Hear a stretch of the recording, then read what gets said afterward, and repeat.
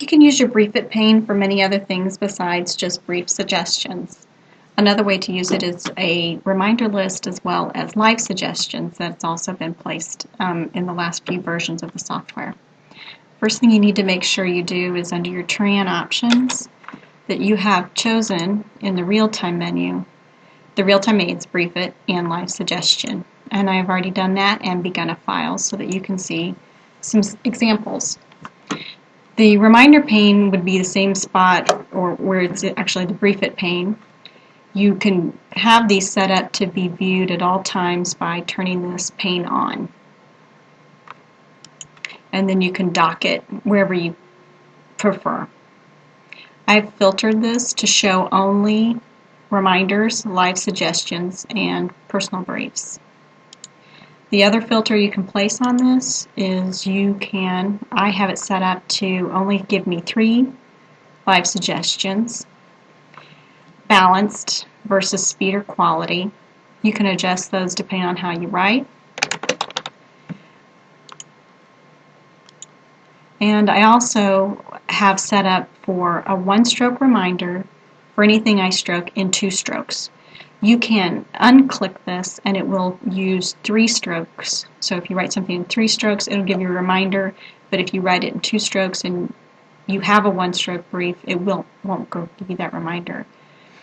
This can vary greatly in how large the list gets. So if I were to unclick that, my green list through the day would be a lot smaller, but I'm working on always reducing how much I write and to make myself quicker and shorter, so I'm going ahead and working on anything that I had stroked in 2 strokes, but I have one to go ahead and populate that list for me. Also, if you do go ahead and turn on Brief It, that'll populate this pane quite a bit, or for me anyway, and I'm trying to really focus on just a few items and work on those at a time. So as you can see, there's several things I've written that you can do in 1 stroke that I've done in 2, and this list is a reminder. So if you go home and you come up with some really great briefs that you know you're going to use repeatedly, but then when you get there the next day or a week later you have the same kind of case, you can't remember it, this list will help populate for you, and then you don't have to worry about it. It's amazing the great outlines you come up with at home that I'm able to now use this to speed up my writing, because the list will do the thinking for me when I can't remember it, and then I don't have to hesitate. I'll go ahead and stroke it out and know that that list will come up with it for me while I'm writing. The other thing I have, the blue is the live suggestion, and in my Real Times dictionary I have defined a stroke to replace and to choose the 1, 2, or 3.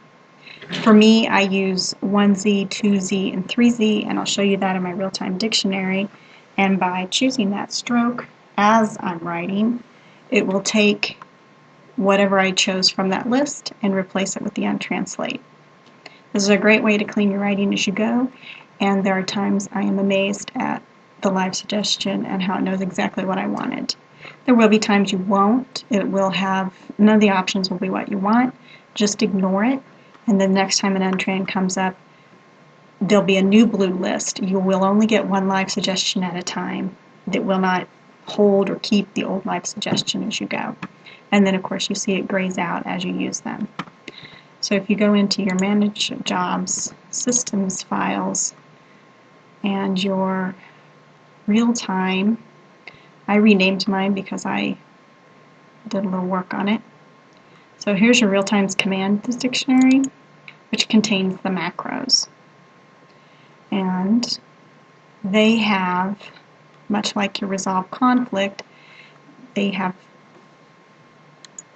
pre-built this in with a 1R, a 2R, and a 3R. That was harder for me to hit, so what I did was replace these steno outlines with a 1Z, a 2Z, and a 3Z, so that I could use those as my triggers for choosing replace 1, replace 2, or replace 3.